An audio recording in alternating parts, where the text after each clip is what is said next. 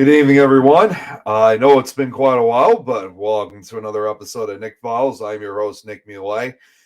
Hopefully, first off, hopefully you guys are going to be having a great Thanksgiving coming up. But I know it's been quite about 2 weeks or so since I've done my last episode of Nick Files. So I decided that, you know what? I know it's just a night the night before Thanksgiving, and I'll do an episode anyway because I've been trying to put together, a few other slideshows, for the rest of season two. So tonight we're going to be talking about, I'm sure just about almost all of you pretty much know what this exact slideshow is. We're going to be focusing on the true story of the Harrisville haunting. And if you're not familiar with that title, to be a little bit more specific and a way to remind all of you, better known as the real Conjuring House. So, this is one I'm really looking forward to be presenting. Now, before we get started, I just want to put a quick note up. Actually, two notes. Hang on a second. Let me get the message up because I saw one of the other networks was asking me to. What was it again?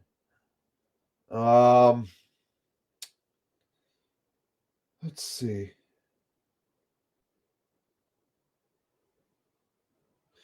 Okay, so I wasn't really told too much about this, but I was told by one of the other networks to, I guess, mention on something. I think it might be for a fundraiser, if I'm correct. And Zach, if you're watching, because he's the one who asked. Zach, if you're watching, if you could, how we could, if there's any possible way how we could support, how to, I guess, support shaken baby syndrome. I mean, like those who have been suffering from it. I believe it's for some kind of fundraiser. So I hope I'm saying it correctly. I'm not entirely sure. What's up, Lori? Good to see you. Hey, Jeremy. Good to see you as well. Anyway, Zach, I hope I'm saying that right. I didn't really practice because since I got kind of not necessarily short notice, but anyways. Hey, Kelly, good to see you. So the other note I want to bring up is, I'll be honest with you, putting this slideshow together on the Harrisville haunting, there is just so much information involving this case. And by the way, I know a lot of you are probably wondering why I'm referring it to more of the Harrisville haunting than the Conjuring House, because I actually did see Andrea Perron earlier this year at the Parapsychon in Ohio State Reformatory, and even she has said on multiple occasions it's not really called the Conjuring House; it's more of the Harrisville haunting or the Old Arnold Estate. So that's why I'm kind of sticking more to the original title than the Conjuring House. But anyways, because there's so much information involving this particular case. And Jeremy, believe it or not, I'm still not actually fully finished with this entire slideshow because every time I'm about to finally finish it up, suddenly something else would pop up. I'm thinking, oh, geez, I need this. In fact, I just came across some newspaper articles involving a number of the deaths that occurred at the Old Arnold Estate and the surrounding areas. But of course, it was just a few minutes before I was going to be going live. So I wasn't able to get one of those pictures to add, but I wasn't able to read too much to see, what part of these newspaper articles needed to be added. So, and yes, Jeremy, I was going to say you know what? You've already read my mind. I already promised there will be a part two. That's for sure. Plus, because I started a half hour later, I can only stay on for an hour because I know there is a show right after me on the PAC channel. So, like I said, the slideshow itself is not complete. There's still a lot to, and also one final note to put in just before we get started. When I put these slideshows together, I actually make them as Word documents first. I try to copy a lot of the information from these different sites. Like I'll go to let's say 10 different sites and I'll copy it and I'll cut it down and kind of merge it, to make it sound like more interesting, if you will. Almost to make it kind of look like my work, but not specifically, if you know what I mean. So they start off as documents first until once I'm completely done with it, I could start adding a lot of the information to the presentations. So, there's another on things on tonight too. Is that going to be right after me, Jeremy? Or is that I don't know if that's Rosie and Jason's show. Well, you can get back to me at some point. So, anyways, yeah, because there's like a lot of info, I tried as much as I could. And the other reason why it's been taking a while for me to finish up this entire slideshow is, truth be told, and Jeremy, I haven't even told you this, my office chair that I use broke a couple weeks ago, so I wasn't able to really work on my document without a working chair. Oh, it was Jennifer. Okay, Jennifer and Michael. Okay, are one up. Okay, so it must be right after me. So, all right, well, in that case, we better get started. But like I said, even though the slideshow is not complete, I should have enough to fill up the entire hour. So I got about a good 20 slides, but there's a lot of information, and I was able to, of course, fortunately, add a few photos. I mean, I wish I could have added these newspaper articles that I found on the history of the place prior to the parents moving in, but luckily I got most of the pictures. So, with that being said, here we go. Oh, and also, too, you guys know, as usually I do these presentations on my laptop because the slideshow is still incomplete. As you guys can see, I have to do it from my desktop this time. All right, now let me just make sure that this is being shown on the screen correctly, because I know how it is. And as I always say right at the beginning, I do apologize if I'm unable to see, if I don't respond to any comments, if I don't see any, because when I'm doing these presentations, I can't see them when I'm doing this, unfortunately. And to make matters even more difficult, even when I can't see comments, I can only see from one platform at a time. So obviously I'm going to go to the Things Network chat so that way I could at least see some of the comments. All right. So anyways, as like I said earlier, the focus for tonight, we're going to be focusing on the true story behind The Conjuring, which is the real title of it is The Harrisville Haunting. Now, I will say some of the information on this house might be a little bit surprising because there is some stuff that is mentioned that wasn't. Let me fix the camera so I looked a little bit crooked. There is some information involved, historical information that didn't show up in the movie. So the history of it is even further than you would probably imagine. So we'll start off with a little bit of the history first. The mystery of life the mystery of life, death, and the afterlife is something we might not ever comprehend fully in this realm. But it is the fascination, the curiosity about it that keeps us guessing and searching for answers to our most esoteric questions about human existence. What's up, Jill? Good to see you. Thanks. Appreciate you tuning in. The Harrisville house land precedes its colonial records by thousands of years, while it was occupied by the Nipmuc and other local tribes prior to Captain Roger Williams purchasing the land as part of the establishment of the colony of Rhode Island and Providence plantations.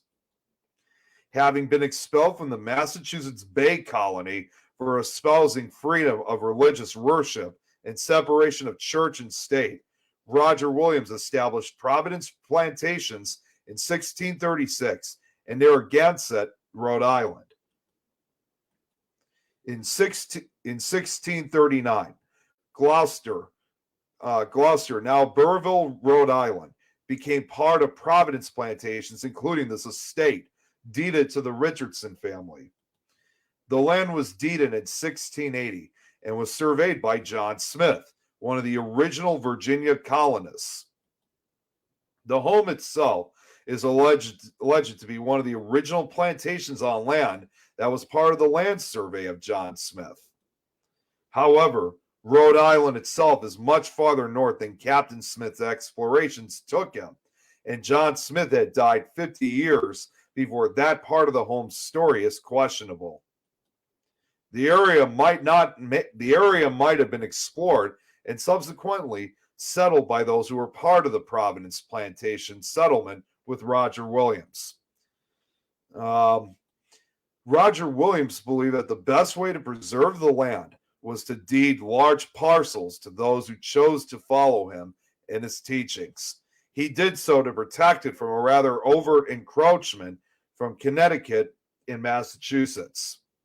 The original estate, deeded to the Richardsons, was more than 1,000 acres. It was subsequently sold off in parcels to families in the area, some who are still there hundreds of years later. So it's got to be a very historic area. I can already picture how it would have looked. Unfortunately, because women had no rights to property at this time in history, my God, that's you're talking 300 years before women really ever had any rights. Their estate transferred through marriage from the first colonists, the Richard family, to the Arnold family. From the Arnold family, it transferred to the Butterworths and then to the Kenyons before being purchased by the Perrons in the 1970s.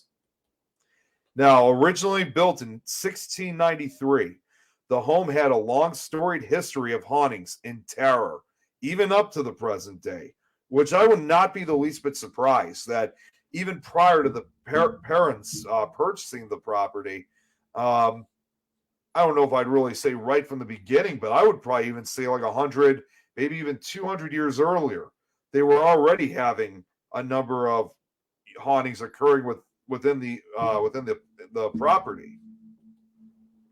Now, the house as it looks for today, this is a photograph of it. This was really, for the most part, the only known historic photograph that I know of that was taken long, of course, before the parents bought. This was taken, I believe, back in 1885. Now, the house is hey, what's up, Mort? Good to see you. Sorry, I'm just trying to catch up with any comments here. The house as it now stands today was completed in 1736, 40 years before the signing of the Declaration of Independence. This magnificent homestead has survived countless storms: King Philip's War, the Revolutionary War, the Civil War, and the unbridled growth of the industrial age in America. The house is a testament to the need to preserve history. 8 generations of one extended family had lived and died in it, and apparently some of them never left or visit it with some frequency. History has a story to tell. We will never know all of it, some of which has been lost to the annals of time. But one thing is certain, there are few places like it which remain intact, and it deserves reverence for the national treasure that it is. Sorry, something just crossed in my mind. Hopefully it'll come back eventually. Now, we fast forward to the 1970s. In June of 1970, Roger and Carolyn Perron discovered the farm, called by the locals the Old Arnold Estate. Quite by accident, it seems to bear that the family was called to that place in the country, Harrisville. Okay. Sorry, it looked like something was mistyped, but I think it's fine. Located on Round Top Road, the 10-room, lovely, charming house built on a beautiful plot of land, and the 200 acres allotted to the original settler was of a colonial style known as a salt box house. These houses tended to have the appearance of 2 stories in the front and only one in the rear, with a lopsided roof covering both the higher front and lower rear of the house. Over the years, various additions were made to the house, turning it into a large family house full of history, which appealed to both Roger and Carolyn and their 5 children: Andrea, Nancy, Christine, Cindy, and April. Seeking to move the children to a quieter home life in the country, Roger and Carolyn Perron purchased their dream home in the winter of that year and moved on January 11th, 1971. And this is actually how the house looked back in the 70s.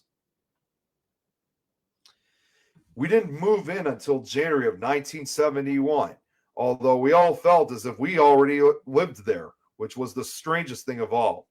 We felt like it was precisely where we belonged from the moment we all stepped on the property. It felt like home, even before it was our home. I believe it was our destiny, said Andrea Perrin. I keep saying Perron. I'm sorry. I used to say Perron, but it's actually Perrin.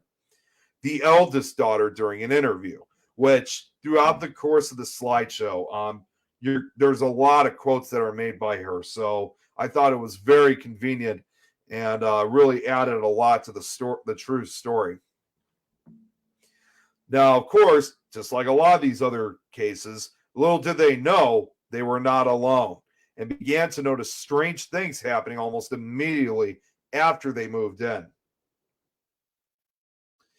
With plenty of room for their 5 children, all girls, to roam about and play, Nancy and Christine shared one room, Cindy and April another, and Andrea had a room all to herself, except on nights when, as Andrea put it, the sisters came crawling into bed with her, trembling and crying in terror. The Perrin family, Roman Catholics, had not been predisposed to believe in ghosts, Andrea said. Andrea said the only time we heard that word was in church, the Holy Ghost. When the Perrins initially moved in, there was no indication of a nefarious presence until things went missing and objects seemed to move on their own. The Perrin children began to notice spirits in the house. Let's see. Got a word calling. When you spoke on that, they felt it was something. You're absolutely right, Joe. You really are.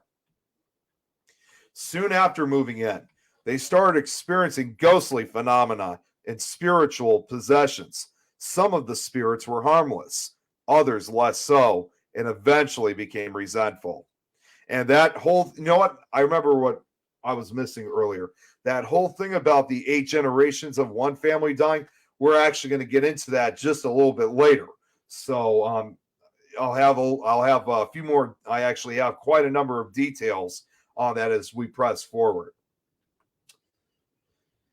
From the very first day the Perrin family moved into the farmhouse, the paranormal activity began. When the family first arrived at the house, the old tenants were packing up the last of their things. As they did so, a man stood in the corner watching them. 3 of the 5 girls seen this man, but the parents did not. It was an apparition. The family continued to see spirits, some of which did not even notice the family were there. They were the quiet ones who lived peacefully at the farmhouse and did not bother the family. And that's typical with a lot of these type of, ghostly encounters. There usually are those type of entities that may just watch from afar. And although some people may find it a little bit, kind of creepy being watched like that, since there's always that popular feeling of being watched. It's just due to the fact that, yes, some of these ghosts obviously are just more of observers more than anything else. Then they're not going to do or say anything. They're just watching them. That's just, I guess, perhaps maybe not only observing, but examining, getting to know exactly who these new occupants are, how they're going to be like, how they're going to act, that kind of thing. So it's something that doesn't surprise me the least bit. That happens just like anywhere else. We discovered very quickly, immediately, in fact, upon moving into the house, that we were not there alone, Andrea commented. We were sharing the space, and we had to come to terms with that. Most want to observe and be seen, yes. Not be seen, yes. That's correct.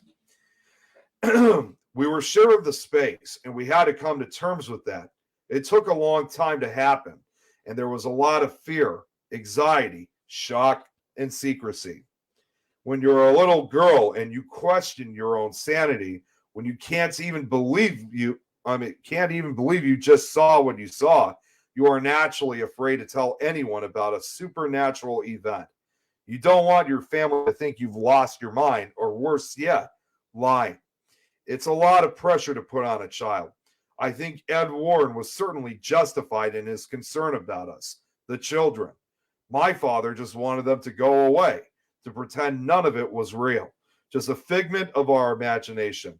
But it started happening to him too, and he really couldn't deny it anymore. We all experienced encounters with spirits. Some were unpleasant, some were lovely, cordial, and communicative, from benign to benevolent to oblivious to mean spirited. The spirits were just like us, a wide variety of personalities. The parents soon learned that every occupant, with the exception of a local minister and his family of the old Arnold, I'm going to move this out of the way. Sorry, part of it was blocking the screen. The parents soon learned that every occupant, with the exception of a local minister and his family of the old Arnold estate, had reported supernatural phenomena on the homestead. In fact, the owner, just prior to the parents, had hired a contractor to renovate the house. The contractor had been busily renovating the home when he suddenly stopped work and fled. It was reported that he had left the home screaming, leaving behind his tools in his car. The owners never moved in, and the home sat vacant for several years before the parents discovered it was on the market. Okay. Sorry, I thought there was something missing. We're good. Paranormal related events at first started small. The girls began to notice spirits around the house, though for the most part, as I said earlier, they were harmless. Described variously as opaque or somewhat solid in appearance, there were many spirits present in the old homestead. One ghost smelled of flowers, while another would gently kiss the girls goodnight in their beds every night. Sounds like to me that was probably, I don't know who this particular spirit was, but as dark as some of the other spirits were, this sounded like this was more like a guardian angel that probably lost her way and was probably very loving to these kids. Another appeared to be a small young male that the girls would watch, mesmerized, push toy cars about the room propelled by an invisible hand. Things happened right away, said Andrea, who recounted seeing a full-bodied apparition that looked like flesh and blood to her. I said good morning to him. I always got along with the spirits right from the start, she said. I had moments of fear because I saw what was happening to my mom and to my family. One apparition, presumably a female ghost, was a welcome presence in the home. Carolyn would notice that the broom went missing or seemed to have moved from place to place on its own. The parents would often hear sweeping noises or something scraping against the kettle coming from the kitchen when no one was in there. When they entered the room, they would find the broom had been moved to a different spot in the kitchen with a neat pile of newly swept dirt sitting in the middle of the floor, waiting to be deposited in the trash can. One of the girls made friends with a spirit whom she called Manny. Was that the young parent children loved. Manny was a sympathetic soul whom the parents believed to be the spirit of Johnny Arnold, who had committed suicide by hanging himself in the attic of the house in the 1700s. He would watch over the family. Excuse me. He would watch over the family. Manny would appear before the children, often standing nearby quietly, watching the children going about their daily activities. Probably most likely the same. I'm going to guess that was probably the same figure that had watched from afar at first. That was probably most likely Manny, in my opinion. So he would be watching, going about their daily activities, a crooked smile on his face, amused at the children's play. If eye contact were made with Manny, he would withdraw from sight just as suddenly as he had appeared. In addition to ghostly entities, the parents say they witnessed many other odd and unexplained phenomena. Beds would levitate several inches off the floor. Telephone handsets would hover in the air and slam down onto the phone base when someone entered the room, and various household objects would glide about the house on their own. Often, chairs would be pulled suddenly from beneath an unsuspecting guest, and pictures would tumble from the walls. The parents once reported seeing orange ooze blood and a wall dissolve into nothingness. Several benevolent spirits materialized as well. Some spirits would act up and make loud noises for attention when guests were around, which sounds like to me is more attributed to poltergeist activity more than anything else. A father, son, apparently a father, son, and dog would appear at the top of the staircase and stare at a wall like it was a window, never making contact with the parents. April, the youngest daughter, made a friend with the spirit in her closet named Oliver Richardson. He was her secret friend, and she did not tell the Warrens about him in fear that he may disappear. Well, I mean, for someone like her who wanted to be friends with a ghost, apparently, it was quite obvious that it was a well-kept secret. For the most part, we did get used to it. Parents said of the spirit presence. Parents said she even and get this. Parents said she even caught sight of a spirit who was a spitting image of herself as an old woman dressed in 17th century attire. It means we can seriously consider reincarnation or living in multiple dimensions, she said. Another time, Carolyn spotted two men seated in the dining room.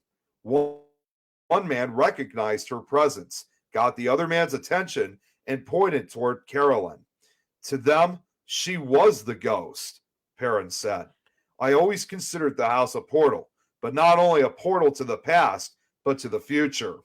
So I believe it. I am not the least bit surprised that there was some kind of, perhaps the house was some type of portal between different dimensions in time. I've always been told on many occasions where people who've had full body apparitions, if you had a particular spirit who died, let's say 100 or 200 years ago, I think if they're still here in this realm, they're probably going to see almost everything as they did as life was 200 years ago. So they're probably not, on some occasions, I've heard that some spirits are not able to see really the type of technology we have now, especially the tools, certain types of clothing. They may see it differently and see us like as we would probably look from their era.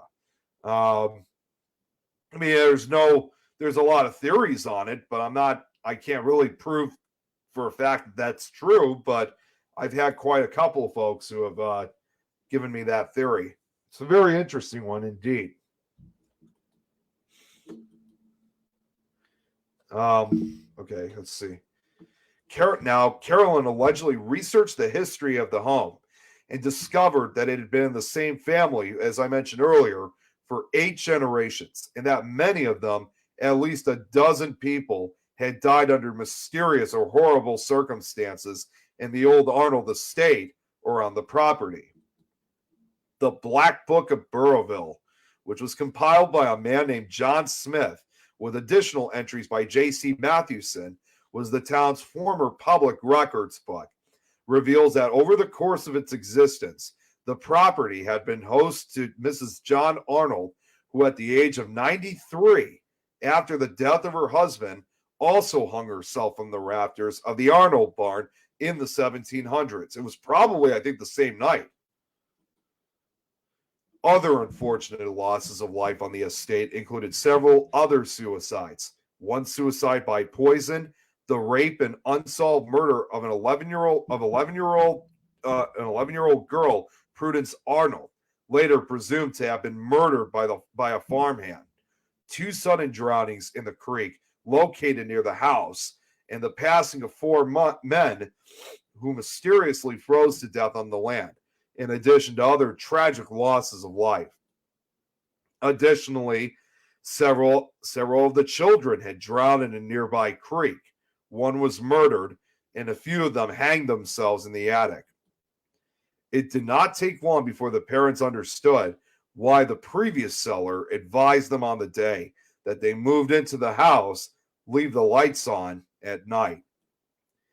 8 generations of one extended family lived and died in that house prior to our arrival, says Andrea, adding, some of them never left. Andrea later recalled that her mother's research was valid because virtually every entity we were able to name had as living beings either died by their own hand or died so traumatic a death and so sudden a death that they didn't seem to know that they were dead. Andrea, who authored a 3-volume series about their experiences living with the spirits in the home, House of Darkness, House of Light, addresses the members of the Arnold family who died on the farm, where she states most of the recorded deaths which occurred on the farm were in that family. Mrs. John Arnold, Harmony, Johnny, and Prudence. Even Bathsheba was in Arnold, which we're going to get onto. We're going to be getting to real soon. What's up, Tom? Good to see you. However, with regard to the rape and murder of 11-year-old Prudence S. Arnold, her official death record indicates that she died in the town of Uxbridge, Massachusetts, not Burrillville, Rhode Island, revealing that her place of death was likely not on the farm. Furthermore, the record lists her cause of death as her throat was cut by W.E.K. These initials contradict the name Andrea gives in her book, Bill Norton. The first initial, W, could possibly stand for William, which can be shortened to Bill. Many peaceful souls resided at the farmhouse, but there was also dark forces. While most of the ghosts in the house were friendly and harmless, not all of them were welcome visitors. There were few, however, that were angry. Some would yank the girl's legs and hair during the middle of the night. Others would loudly bang the front door of the home with such force that the entire house would shake. Doors would slam shut on their own, while others would stay frozen in place, unable to be shut no matter how much force was applied to them. Oh, and also, sorry, I missed this too from Tom. Happy Thanksgiving, Tom. According to Andrea, the family experienced spirits as they smelled like as they smelled like rotting flesh and would cause bed shaking or to rise off the floor at around 5:15 a.m. Every time Roger was home, machinery in the house began to break down that he would have to go and fix. All of this machinery was located in the cellar, for example, the boiler and the heating. Andrea claims that when her father would go to the cellar, he would be approached by a spirit who seemed very attracted to him and feel a cold, stinking presence behind him. She would touch him on the back of the neck. She would touch him on the back of the neck and run her hands across his back. Over time, he developed a kinship with the spirit, and this was the spirit who caused most of the problems in the house. They often stayed away from the dirt-floored cellar, but the heating equipment would often fail mysteriously, causing Roger to venture down without a choice.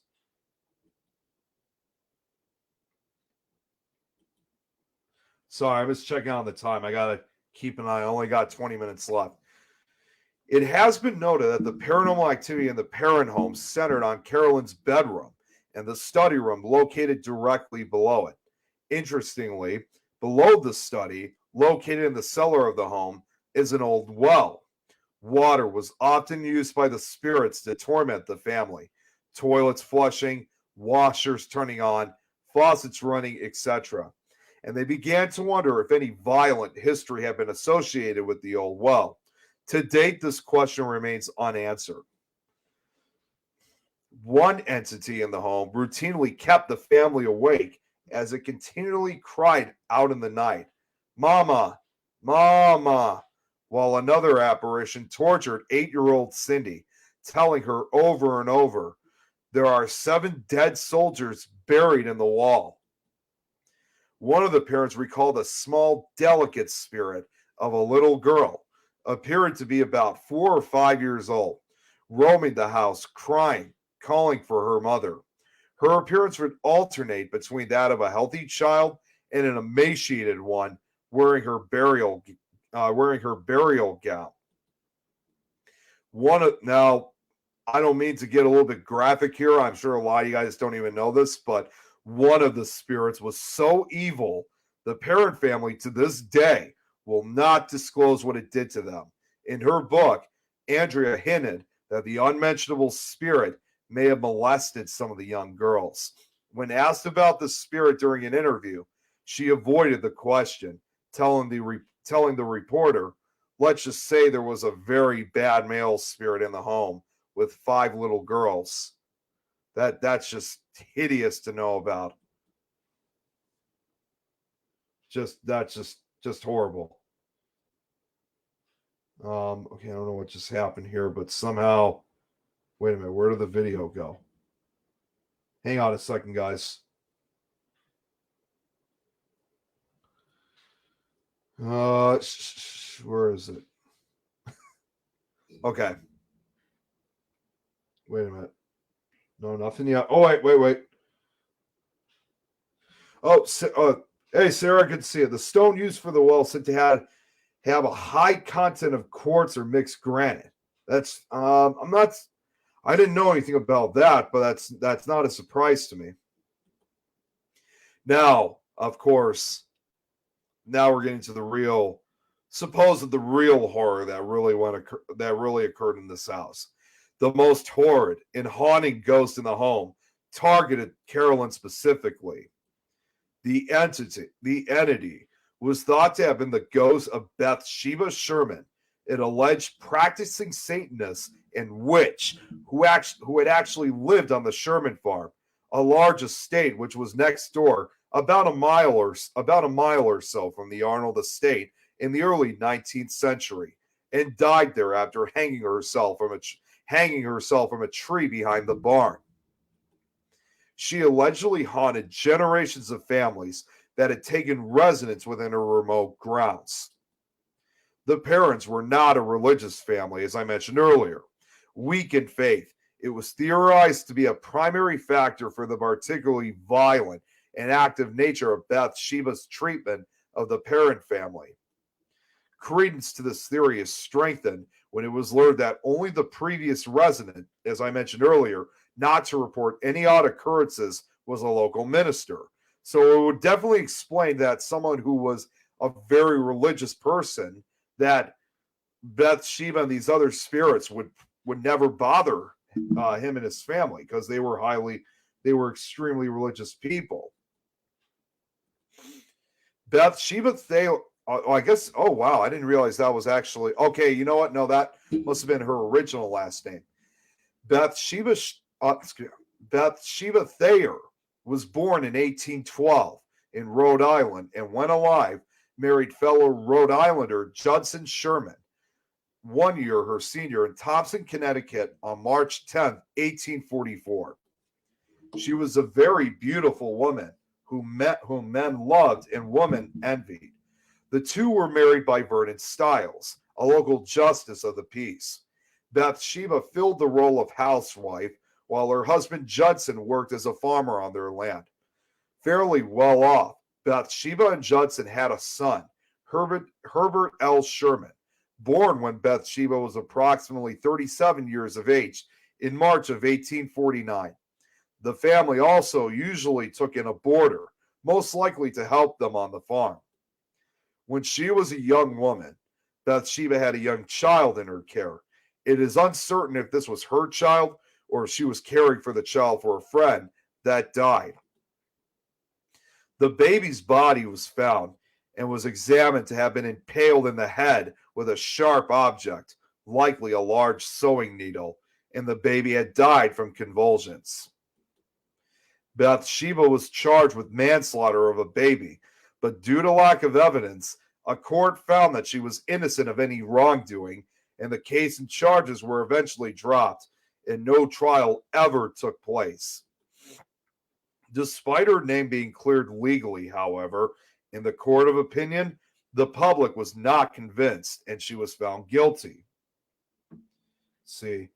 Sarah here says, I think the family dynamic contributed a lot to their affinity for the haunting. It's very well possible. It could very well be. I mean, I can't really. I'm not really sure how much I could say about it, but it's a likely. Yeah, it's very likely. Following the death of the baby, rumors began to circulate by the townspeople that Bathsheba had been a Satanist and had sacrificed this baby as an offering to Satan for eternal beauty. Due to the belief of the locals that she was a witch, Bathsheba lived a life of solitude, an outcast of the community she lived in.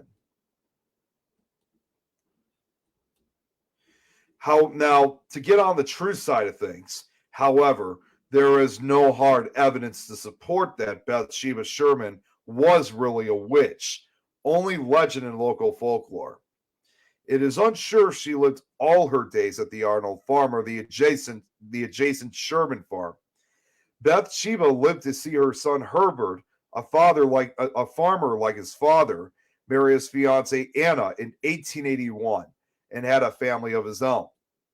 Bathsheba was believed to have had 3 other children as well, none of whom survived past the age of 4, though no census records could be found to confirm this. Census records could be found to confirm these reports. An unofficial record of their existence on a public internet family tree that lists their names as Julia, born in 1845, Edward, born in 1847, and George, born in 1853. It is possible that they died before the next census was conducted. All 3 children are buried near. Oh, accidentally put in the word nearby twice. All 3 children are buried in a nearby historic Baptist cemetery in downtown Harrisville.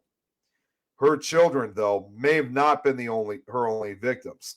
So, yet, even if she wasn't really a witch, in reality, it sounds like to me at the same time she wasn't a very friendly person, especially after when the whole attempted murder charges were brought upon her. Apparently, Bathsheba Sherman was also known to have brutalized the Sherman farm staff, often starving and beating them for minor infractions. When Bathsheba died as an old woman when Bathsheba died as an old woman in reality, as you guys remember from the movie, as I mentioned earlier, that supposedly she hung herself from a nearby tree. In reality, she died from supposedly a bizarre form of paralysis on May 25th, 1885, roughly 4 years after her husband Judson's death in 1881. The coroner wrote that he had never seen anything like it. Her emaciated body had eerily solidified, seemingly turned to stone that puzzled and frightened doctors. Now, this is an actual newspaper article. This was one of the newspaper articles I was able to find on Bathsheba when she passed away back in 1885. So I'll give you guys about 20, 30 seconds so you guys can read it for yourselves. And yes, infant mortality was high back then, indeed. Yeah, sudden attack of paralysis, as I figured. She was 72 years old. Last member of the Thayer family.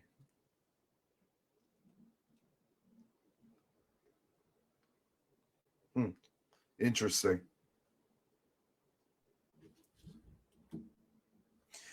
Now, she was buried along with her husband in the same cemetery as their 3 children, which was something this pious 19th century town would never have allowed if they believed she was practicing dark arts.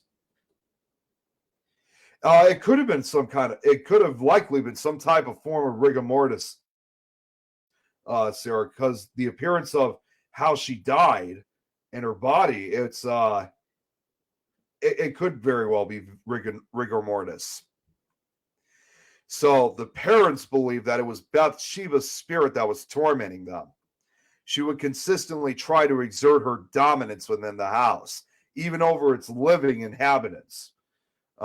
It was easily recognized that Bathsheba had her favorites in the household. She tortured Carolyn, as well as one of the daughters, Cindy. As well as one of the daughters, Cindy, was often a frequent target, while lusting after Roger.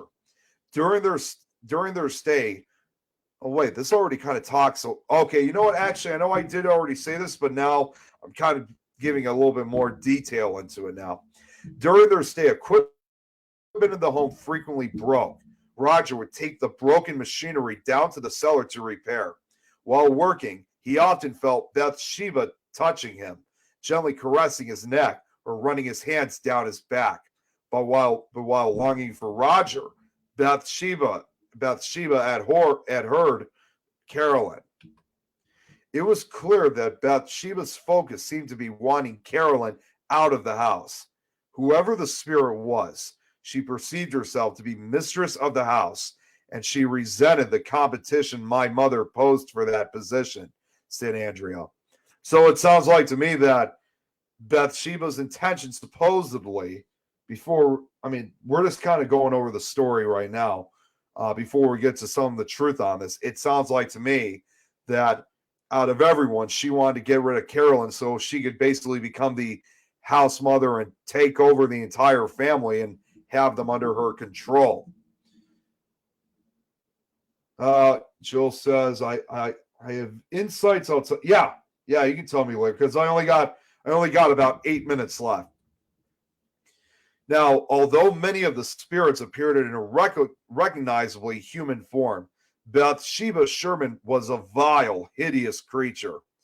Andrea would later describe Bathsheba's appearance differently, mostly appearing with a face similar to a desiccated beehive, covered in cobwebs, with no real human features other than vermin crawling from crevices etched into the wrinkled skin of her face.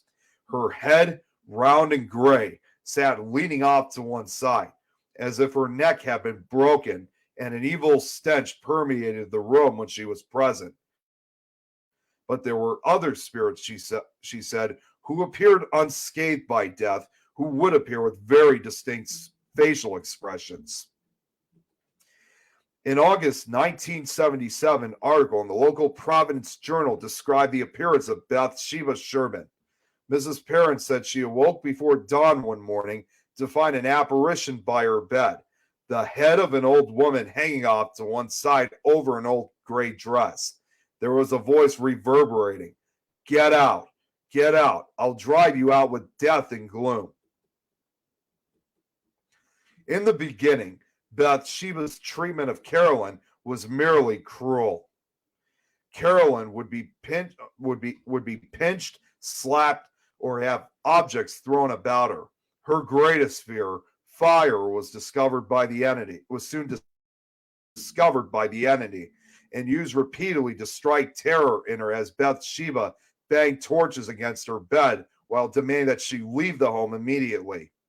Carolyn told the Providence Journal she was awakened on another occasion by a very tall woman in an old gray dress, once again with her head hanging to the side, resembling a sack of cobwebs. As time progressed, the attacks grew harsher. In one instance, Carolyn was lying on the couch when she felt a sharp pain in the calf of her leg.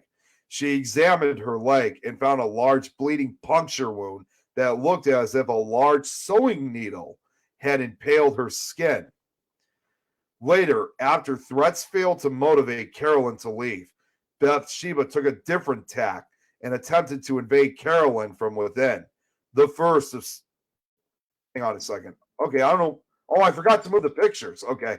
Sorry, this is another rare... I was able to find this rare photograph of the Perrin family. I don't know if exactly there's anything going on in particular. So, but it's quite an interesting photo regardless. So I had to add that to the slideshow. So, believing that Carolyn had been possessed, the parents were approached by psychic investigators Ed and Lorraine Warren to assist them. They were brought in by a paranormal group in Rhode Island. And when I mean approached, I'm not saying like they actually, as some sites will say, or the movie shows, that they requested and they were able to see the Warrens at a speaking at a Paracon or whatever at a college, in a college. It wasn't like anything like that. It was more of, let's put it this way: instead of like the movie, they didn't approach the Warrens approached them. That was the truth. That was exactly, because I guess word must have got spread, and that caught the attention of the Warrens. So that's how they ended up on their doorstep. Lorraine later claimed that the hauntings were caused by the parents' lack of religious faith. She explained I guess I'm missing a word. She explained that this was important. You only have your faith as your protection. I always had my faith. God protecting me allowed me to do this. At that particular time, the parents did not have religion, and it was very dangerous. TG, that for that they needed help. Carl and Keith Johnson investigated the case before the Warrens. Yeah, exactly. Yeah, and Sarah, I know what you're saying about Bathsheba. Like I said, I'm going over how the story is usually told, but eventually we are going to get to the truth, to the reality side of supposedly exactly which entity exactly was the true antagonist. All right, unfortunately, I'm out of time, and this is as far as I can go because the slides. That's as far as I've gone within the slideshow. The rest of it right now is blank, so I do need a little bit more time to really work on it. Let me just go back quickly just to see if I just want to go back really quickly just to see for other comments that I might have missed. Good evening, Penny. Good to see you. Pickle Tom's in the house. I already knew that was you.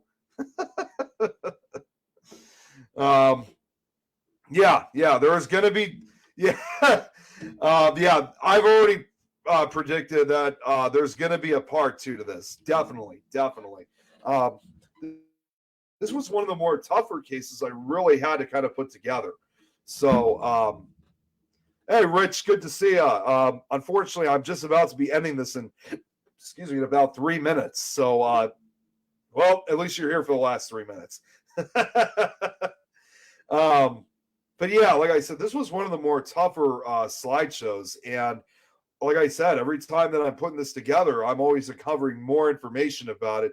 And I think it's important. I'm doing probably I'm sure a couple of you would probably already know. Jill, I know you would, as one of those candidates, that I'm kind of going over a similar way of like how Amityville was, how I told the supposed story of how it all occurred and then getting to the reality side of things.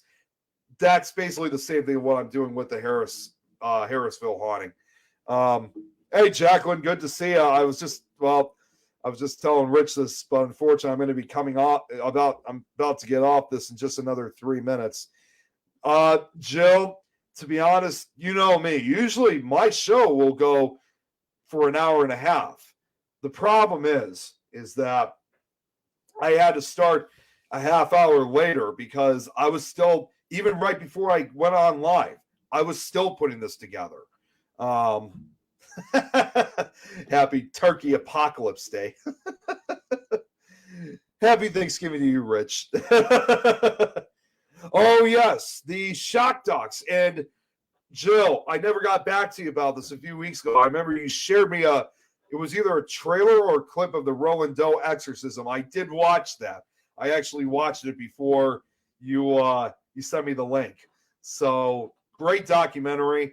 I may have to go back and rewatch it because there was some other stuff that I didn't remember seeing on any of my on any of the websites when I was putting that one together. So I might have to add a little bit more for a future broadcast of that. You saw it too, Sarah? Awesome, awesome. But yeah, like I said, this is going to still take a while. Of course, obviously, some things they left out. They definitely did. That's why for me, I'm going to eventually go back and look into it and see what else I could add to the slideshow for a future presentation on it. Let's see what else. But yeah, like I said, hopefully I should be done with this entire slideshow by next week, because now I got an entire week. Understandably, I won't be able to work on it tomorrow because we got Thanksgiving. I'm going to try to work on a little bit more of it tonight. And like I said, I'm going to try to get through the entire story of how it's told and then eventually start getting the real stuff added. I mean, I already started putting in some of the truth stuff anyway, because I want to try to be as true as possible, but you also kind of have to add that little bit of the popular version, if you will. And Jill, you're going to like this. After we're finished with everything involving the true haunting, then we're going to get to the movie itself. Because you know what? There supposedly was some unusual things that occurred when The Conjuring was made. Let's see. Sarah, I just got your message that you just sent me. I definitely appreciate it. I'll definitely let you know if I do need some help, certainly. Thanks, Joe. Love you too. I always appreciate it. Okay, and yes. So yeah, obviously, as you guys would probably know already, there is no supernatural talk tomorrow. We'll be back next week, and in case you guys want to know too, the other show that I do nowadays is Criminals and Villains with Lois. Lois will be doing her show tomorrow, but of course I won't be available that night. I won't be available during that time of the day. She will have someone else who will take my place for that until I come back next week. So, with that being said, I want to thank each and every one of you for coming on. I got to get off here anyway because I know there are two shows, one on the PAC channel and another one right after my show. There's a special that's coming on with Jennifer and Michael. Hopefully you guys can tune in and give their support. I'm going to get back to work on finishing this up because I got a little bit more homework to do. Go so many turkeys on our heads. But most importantly, I want to wish all of you a happy Thanksgiving. You guys have a great rest of your week, and I will see you guys next week. Happy Thanksgiving, everyone. Take care.